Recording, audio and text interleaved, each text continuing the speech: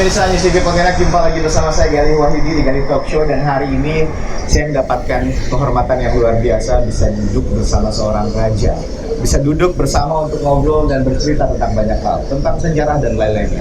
Saya ingat kata-kata Bung Karno mengatakan bahwa bangsa yang besar adalah bangsa yang mengenal sejarah. Ada hal yang menarik yang perlu kita bahas. Sosok seorang raja yang akan segera dilantik, akan menjabat atau dinobatkan menjadi seorang raja Kubu. Hari ini tema acara kita adalah eksistensi kerajaan Kubu Kalimantan Barat. Kerajaan Kubu, apa itu? Sejarahnya seperti apa? Bagaimana proses berdirinya? Dan siapa pendiri pertamanya? Apa-apa saja yang akan dilakukan untuk di tahun modern seperti itu? Bersama saya, di samping saya di Galih Talk Show sudah ada seorang raja Kubu hadir bersama kita, Syarif Ibrahim bin Yok Al-Idrus. Apa kabar aja? Alhamdulillah sehat. Saya agak grogi kalau di samping raja. Saya baru kali ini berada di samping raja. Mudah-mudahan saya tidak salah ngomong hari ini. Iya. Raja sehat ya? Alhamdulillah sehat. Alhamdulillah. Itu pertanyaan pertama yang saya tanyakan ke setiap tamu saya. Harus sehat dulu baru kita bisa ngobrol dengannya. Sehat itu utama. Harus ya. Baru kita bisa aktivitas yang lainnya. Oke, Raja, ada beberapa hal yang menarik yang ingin sekali saya tanyakan. Untuk ketemu dengan seorang raja ini bukan kesempatan yang mudah, bukan kesempatan yang sering ya, langka. Dan ini momen-momen penting untuk saya. Saya mungkin tidak terlalu banyak tahu soal kerajaan Kubu, tapi ada beberapa hal yang pengen saya tahu. Yang pertama adalah soal sejarahnya. Bagaimana kerajaan Kubu, Kesultanan Kubu ini bisa berdiri? Cerita awalnya, siapa pendiri pertama dari kerajaan Kubu? Bagaimana sejarah awalnya bisa berada di Kalimantan Barat? Ya. Assalamualaikum warahmatullahi wabarakatuh. Saya sedikit menguraikan singkat tentang sejarah kerajaan Kubu ini, yaitu kita kenal namanya Idrus bin Abdurrahman Al-Idrus. Beliau ini lahir di Tarim. Tarim ini daerah Yaman bagian selatan. Nama kampungnya Raudah. Beliau ini diperintah oleh gurunya untuk berlayar menuju ke Austria, ke arah Pulau Austria. Dalam perjalanan beliau berangkatlah dengan beberapa orang kerabat dan teman. Beliau berangkat dari Yaman menggunakan kapal. Beliau sempat singgah ke Terengganu, singgah ke Aceh, singgah ke Palembang, menetap sebentar di Palembang. Oh, sempat sebentar. Iya, menetap sebentar di Palembang. Menetap di Palembang, dan ada berapa sejarah yang ada hubungan pernikahan di Palembang. Istrinya dari kerajaan Palembang. Setelah berapa waktu di sana, cukup lama, beliau melanjutkan perjalanan lagi menuju ke Kalimantan. Sebelum ke Kalimantan, beliau singgah ke Pulau Jawa, terutama ke Banten, di mana ada kerajaan beliau singgah. Di Banten, Batavia, Cirebon, lalu singgah ke Demak, terakhir beliau singgah Semarang. Menetap juga di situ, di Semarang. Keliling Nusantara dari Aceh sampai ke Semarang. Setelah itu beliau menetap juga, dan riwayat jelas itu tidak ada apakah ada hubungan kerabat di sana, tidak ada. Mungkin beliau hanya menyampaikan syiar agama Islam di sana. Setelah itu beliau melanjutkan perjalanan menuju ke Pulau Kalimantan Barat saat ini. Beliau masuk pertama di Simpang Matan, Kerajaan Tanjung Pura.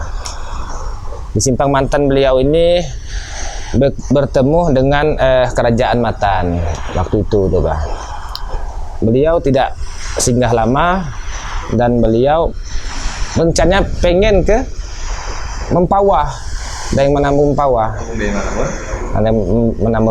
Tapi di perjalanan beliau melihat alur sungai 3 yang diterentang itu, masuk di situ, dan hati beliau itu merasa ada ketentraman hatinya di situ untuk langsung bermukim di sungai terentang itu. Beliau situ minta izin sama orang kampung itu. Di situ sudah ada suku Bugis dan Melayu di daerah terentang itu. Nah, di aliran 3 sungai itu. Nah, disitulah beliau bermukim di tahun sekitar tahun 1768. Dia bermukim di situ dan bermasyarakat dengan masyarakat setempat di situ. Nah, itu awalnya. Untuk awalnya beliau itu. Dan perjalanan beliau ini, karena dari awal beliau ini hanya menyampaikan syiar dan mencari peruntungan ekonomi berdagang. Nah, beliau melakukan itu terus berkembang. Di tahun 1768 ada juga di catatan lain 1772, ada dua versi di situ. Nah, beliau ini dipandang masyarakat nih muncul sosok pemimpin sosok pemimpin di beliau ini, karena beliau ini ulama, pintar berdagang, orangnya supel, timbul sosok pemimpin. Berkembang tahun 1775 itu ada migrasi penduduk besar-besaran dari luar pulau lain untuk ke Kubu. Iya, ke Kubu. Karena Kubu itu kan laut yang Tanjung kan, Tanjung Kubu itu kan, migrasi ke situ. Nah, disitulah akhirnya beliau dengan masyarakat punya kesepakatan untuk dinobatkan menjadi Tuan Besar Raja Kubu. Tuan Besar Raja Kubu itu adalah awal pertama dinobatkan sebagai seorang raja. Berarti beliau adalah raja pertama dari kerajaan. Iya, raja pertama. Selanjutnya, kenapa namanya? Apakah waktu beliau datang itu sudah bernama Kubu atau Kubu itu baru diberikan setelah beliau datang? Belum. Waktu itu kita nggak tahu asal nama pulaunya. Tapi dasarnya nama Kubu itu merupakan benteng. Benteng ini karena di daerah pulaunya di Muara Kubu itu rawan sekali, namanya perompak, lanun, yang merusak, yang merampas harta-harta masyarakat.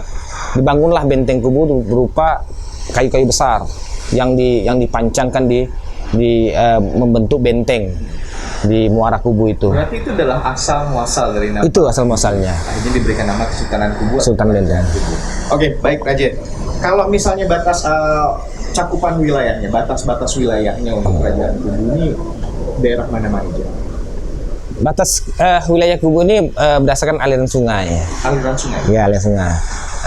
Di sini kan kita ini kan dibentang oleh Sungai Kapuas itu. Sebelah sebelah sininya wilayah Kubu, sebelah kanannya wilayahnya Keraton Kadaria. Raja, tadi saya sempat mendengarkan Raja menyebut beberapa hal, termasuk ada kerajaan Mempawah, kemudian Pontianak. Ada hubungan apa sebenarnya dengan tiga kerajaan ini, Mempawah, Pontianak, dan juga kerajaan Kubu? Apa yang membuat tiga ini berhubungan? Ya, untuk kerajaan Mempawah, beliau ini sama Habib Hussein dan Idrus, waktu itu ada 4 orang yang mereka sama-sama datang ke Kalimantan Barat ini. Yang pertama Habib Hussein, kedua Habib Idrus bin Abdurrahman, ketiga Habib Muhammad Assegaf, dan satu lagi Syarif Ahmad datang ke Kalimantan Barat ini. Nah, hubungan dengan Mempawah karena Habib Idrus bin Abdurrahman ini sama Habib Hussein ini merupakan sahabat beliau berdua ini, karena beliau ini sama datang dari Hadramaut beliau ini, coba. Nah, Habib Hussein ini menetap lama di Mempawah di kerajaan Daeng Manambun ya. Nah, beliau ini mempunyai anak bernama Sultan Abdurrahman, yang beliau ini merupakan sultannya kota Pontianak atau sultannya Kadaria ya. Dengan perkawinan sama putri Candamidi, putrinya Raja Mempawah yang Manambun. Itu kaitannya itu. Terus kaitan lain, anaknya Sultan Muhammad ada namanya Aisyah, itu dikawinkan dengan anaknya Sultan Idrus, yaitu bernama Abdurrahman bin Idrus. Jadi Abdurrahman sama Aisyah ini menikah, menjadilah beliau ini sebagai biras. Nah, ini hubungan darah, hubungan perkawinan.